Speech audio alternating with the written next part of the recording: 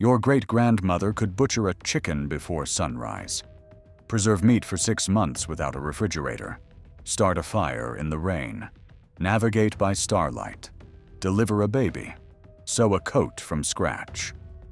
She did all of this while raising 6 kids in a house with no running water. You called your landlord last week because you couldn't figure out how to reset a circuit breaker. This isn't an insult.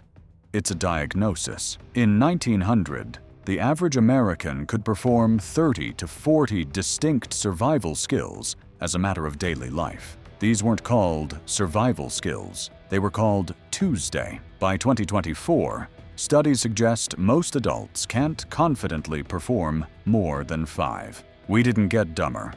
We got dependent. And when the grid goes down, and if you've been paying attention, you know the if is really a when. Your great-grandmother would outlast you, not because she was tougher, not because she was smarter, because she knew things you've been allowed to forget. Stay with me.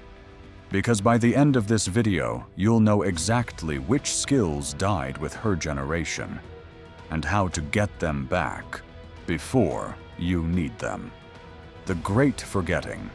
This wasn't an accident. This was a trade, and you got screwed. Picture America in 1900. 40% of the population lives on farms. Skills aren't hobbies. They're not weekend projects for bored suburbanites. They're the difference between your children living and your children dying.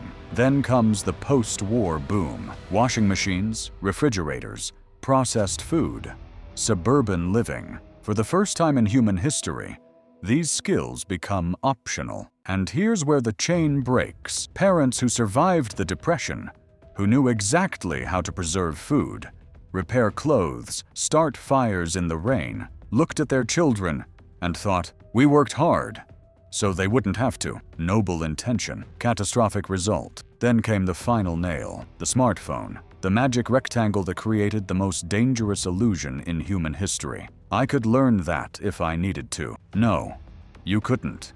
Because learning takes time you won't have, practice you haven't done, and tools you can't find when everyone else is looking for them too.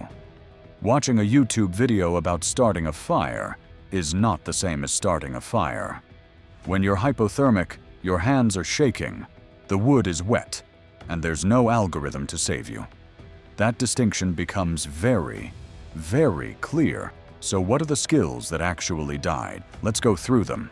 And the first one will kill you faster than anything else on this list. Fire. 83% of American adults have never started a fire without matches or a lighter. Of those who tried with primitive methods, 94% failed within 30 minutes.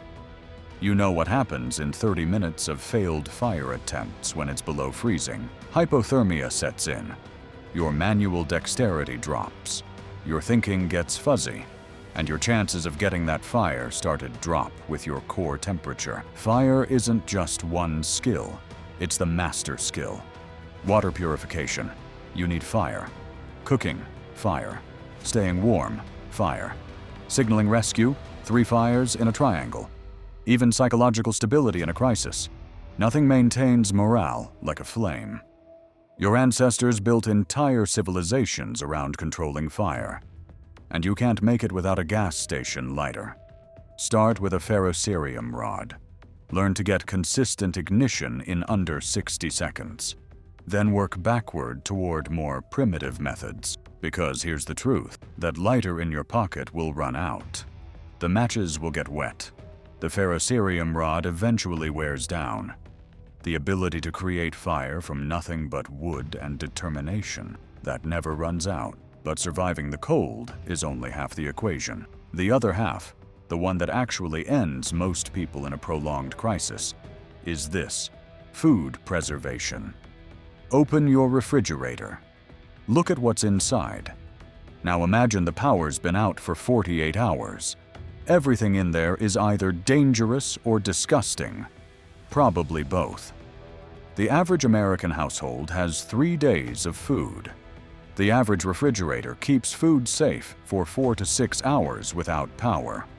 Your entire food security rests on an unbroken electrical grid and a 72-hour resupply chain. Your great-grandmother would find this hilarious in a "how did humanity fall this far" kind of way. Before refrigeration became standard in the 1950s, food preservation wasn't a hobby. It was the only reason anyone survived winter. You preserved food in September, or you starved in February. Smoking, salting, drying, canning, fermenting. These weren't options on a lifestyle blog. These were the technologies that kept humanity alive for thousands of years. One successful hunt properly preserved becomes a month of protein. One successful hunt without preservation skills becomes 3 days of eating, followed by 200 pounds of rotting meat, and an expensive lesson in your own incompetence. Start with water bath canning. Pickles, tomatoes, fruit preserves. The equipment costs less than a nice dinner out. The skills could keep you alive when nice dinners out are a distant memory. Water. You can survive 3 weeks without food, 3 days without water. Adjust your priorities accordingly. 76% of Americans cannot identify a natural water source within 5 miles of their home. 3/4 of the population couldn't find water if the tap stopped flowing and their lives depended on it. Their lives would depend on it. That's the point. Your great-grandfather knew every spring, creek, and pond within a day's walk of his home. He knew which ones ran year-round and which dried up in summer.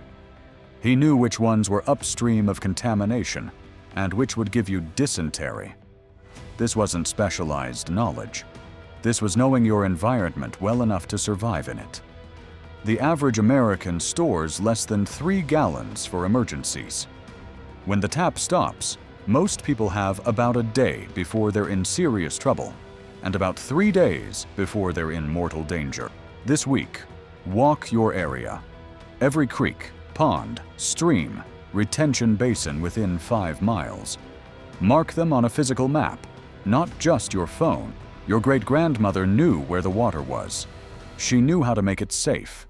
She didn't even think of it as a skill. She thought of it as paying attention. 3 skills down. The next 2 are ones you've never considered survival critical. And that's exactly what makes them dangerous gaps. Average ambulance response time, 7 to 14 minutes. In rural areas, 30 minutes or more.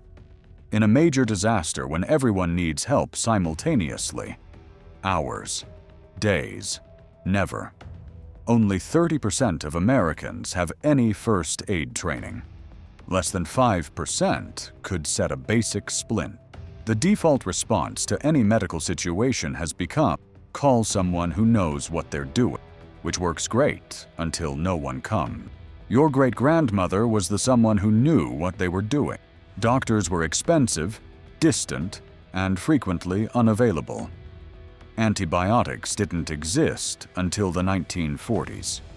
Every household had someone who could handle a medical crisis. Not because they wanted to, but because the alternative was watching people suffer and die from treatable conditions. A severed femoral artery causes death in 3 minutes.